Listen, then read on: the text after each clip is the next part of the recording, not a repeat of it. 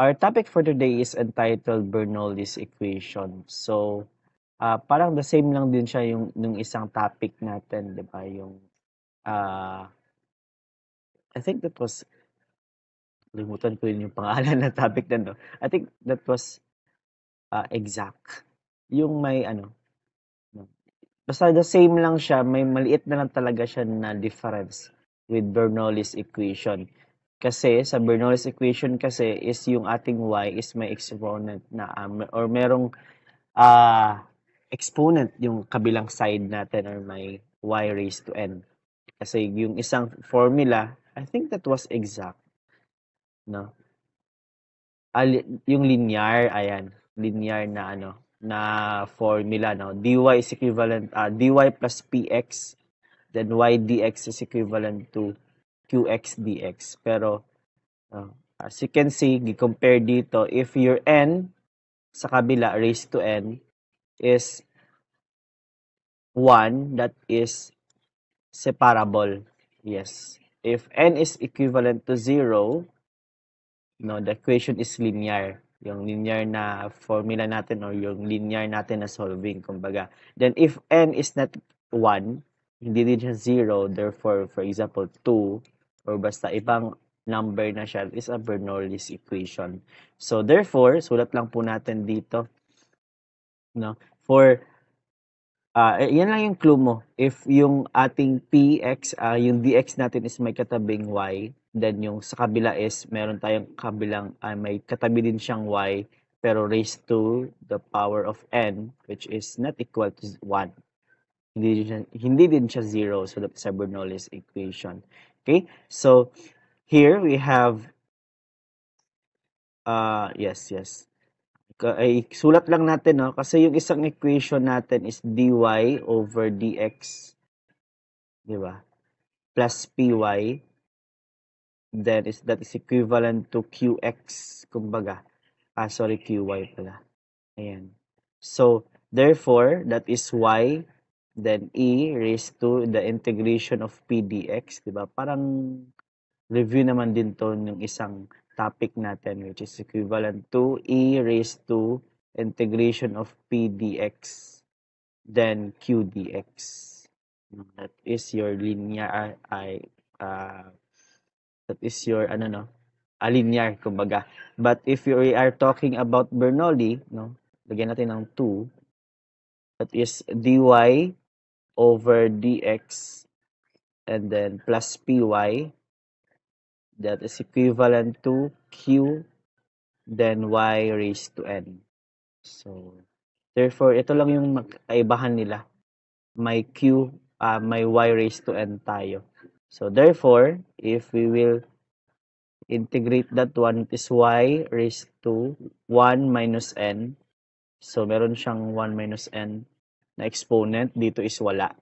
Diba? Ito lang yung kaibahan nila if you will compare But the process is still the same. At least, alam na natin na ito lang yung kaibahan nila. 1 minus n, yung e, then integration of p dx. Ayan. So, as you can see, wala. Then, dito na, lagyan lang ng 1 minus n. That is equivalent to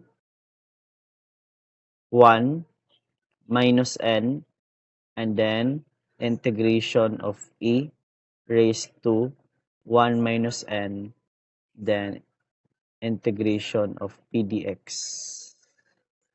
And then, i-move ko lang siya slightly kasi hindi siya kasya. Ayan. Ng ating q dx. Q dx. Ayan.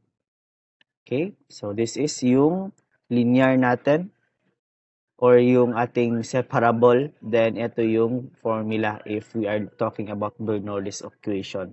So, same pa din yung steps natin. Write in the equation, ito, dy plus py is equivalent to qyn dx, kumbaga. So, pagkatapos is i-identify natin si p, si q, and tsaka si n. And then, we will write the quantity which is 1 minus n and let z is equivalent to y raised to 1 minus n. So, pagkatapos natin ma-determine yan, no, you just need to integrate, kumbaga.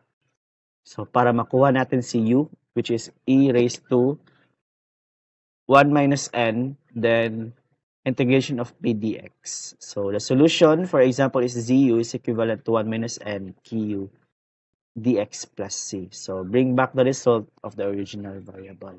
Okay, so screenshot po so that we can proceed with our examples. Basta yan lang yung steps natin na tatandaan. So, if medyo nahihirapan pa kayong intindihin, so don't worry, we have a lot of examples. Diba? Okay, so let us proceed to our first example. I-apply lang po natin yung ating formula dito. Okay, so here you have the y prime is equivalent to y minus x cubed a raised to negative 2x. So, first thing that we need to do, di ba, is to write this one. Ilagay ko na lang dito. Palitan ko muna para mag-cash siya class. Ayan. So, sulat natin yung formula para hindi tayo malito. So, kasi first thing that we need to do is to write this equation or formula in the form of dy over dx. Isulat lang natin yung formula kanina. Plus py, then that is equivalent to qy raised to n. So, if pwede siyang maging ganito or ganito yung form niya, therefore we will be using Bernoulli's equation. Okay? So, try natin. As we all know, y prime, di ba? Y prime is, ang ibig sabihin yan is dy over dx. Alam naman natin dyan sa differential calculus. And then this one, si y, ang gagawin natin sa kanya is i-transfer po natin siya to the other side, magiging minus y. di ba? So, therefore, dito sa kabila, ito na lang po yung remaining natin. Negative x raised multiplied by y, x, una na lang natin yung e, di ba? Kasi yung y naman yung nasa dulo. So, that is e raised to negative 2x multiplied by y cubed. Okay? So, as you can see, if i-compare po natin siya dito, this is our dy over dx, tapos plus py, diba? So, that is eto, plus py. And then, yung ating q, tapos y raised to n. So, therefore, this is Bernoulli's equation.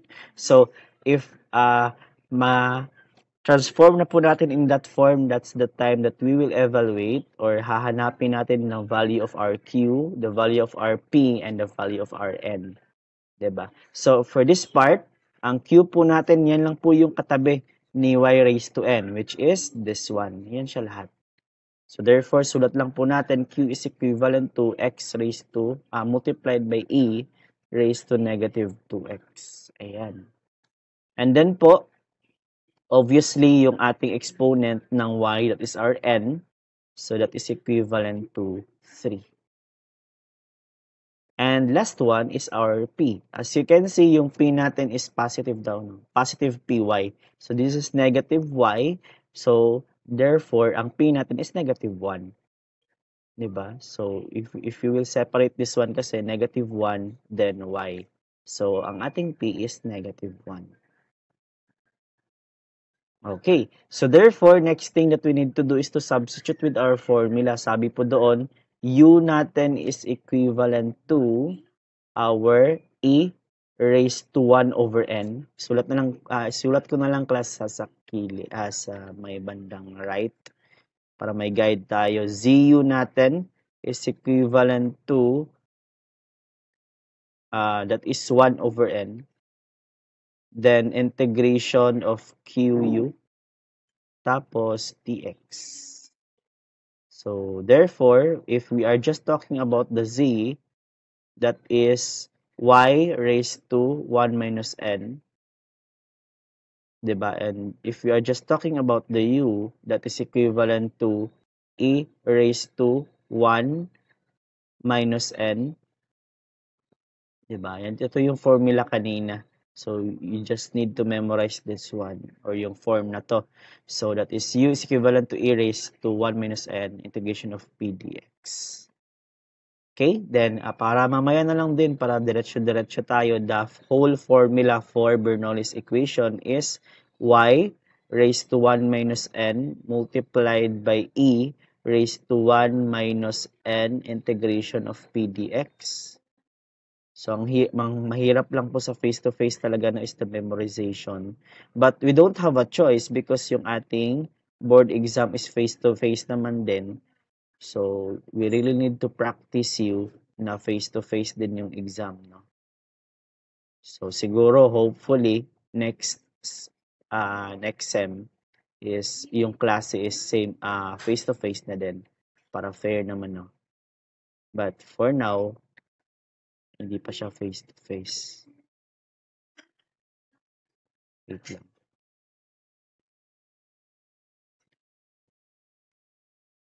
Ayan. So, kasya lang natin. Meron kasi siya ditong Q dx.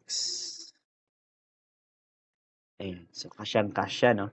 So, therefore, again, proceed lang po tayo in obtaining our U. Ang U po natin is E, tapos minus N. So, 1 minus N po natin is 3.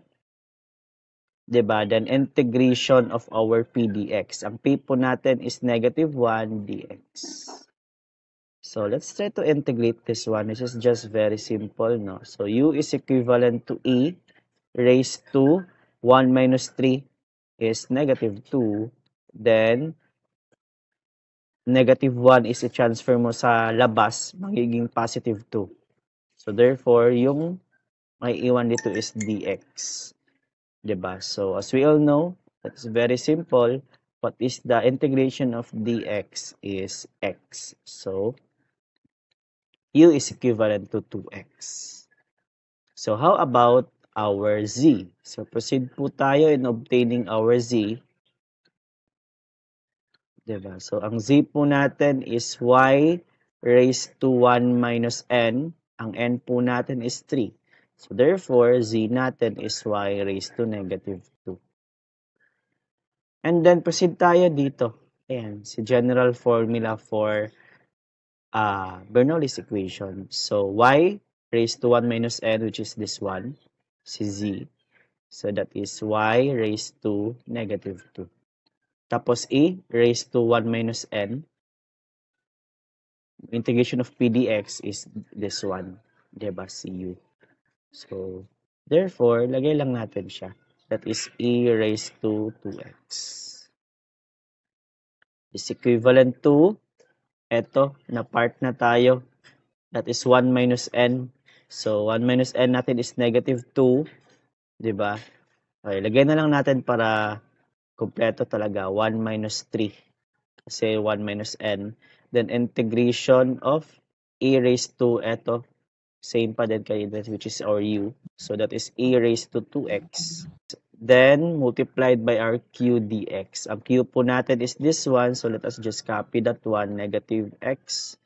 Tapos, e raised to negative 2x. Tapos, dx.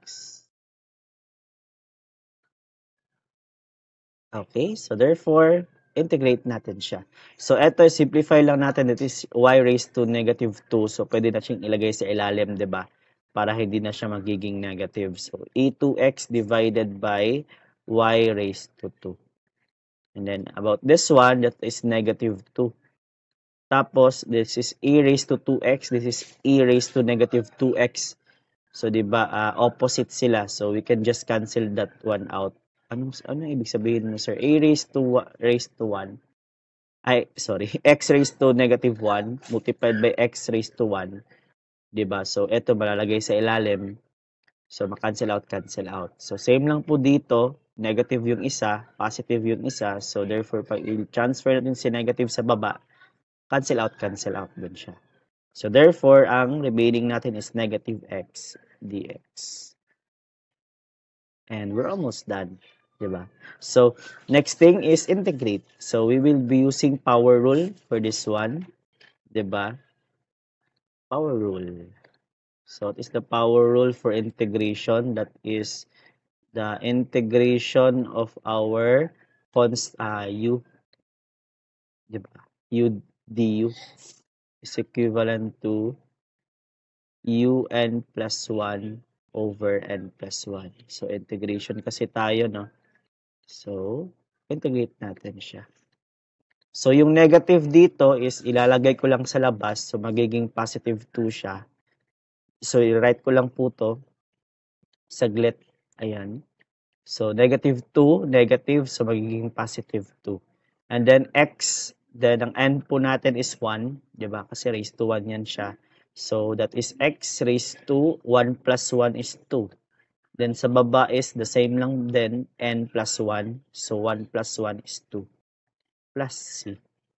So, therefore, simplify lang natin. Cancel out, cancel out. And we're almost done. Diba? With our final answer. So that is y squared is equivalent to x squared plus c. And that is our final answer. Ayan. Okay? So, pwede din, depende no sa ating instruction, pwede mo lang din niyang ilagay sa other side. So, pwede ding answer mo is e raised to 2x is equivalent to y squared multiplied by x squared plus c. So, I will also accept that one. So, again, pakibasa lang parati yung instruction natin kung ano yung form na gusto ko. So, okay na din yan siya. Diba? Okay? So, again, eto ha, na-cancel out siya. Diba? Ilagyan na lang natin dito ng explanation para sure dyan, no? So, as you all know, if you have x raised to a multiplied by x raised to b, ang ginagawa po natin dyan is to multiply or to add our exponent, that is x raised to a plus b. So, therefore, 2x minus 2x is 0. So, therefore, 0 siya. Diba? Because the difference, for example, you have x raised to a, then raised to b. So, that is the time that x raised to a multiplied by b siya. So, ito yung ginamit natin in this case. Okay? So, screenshot po. Because we're done.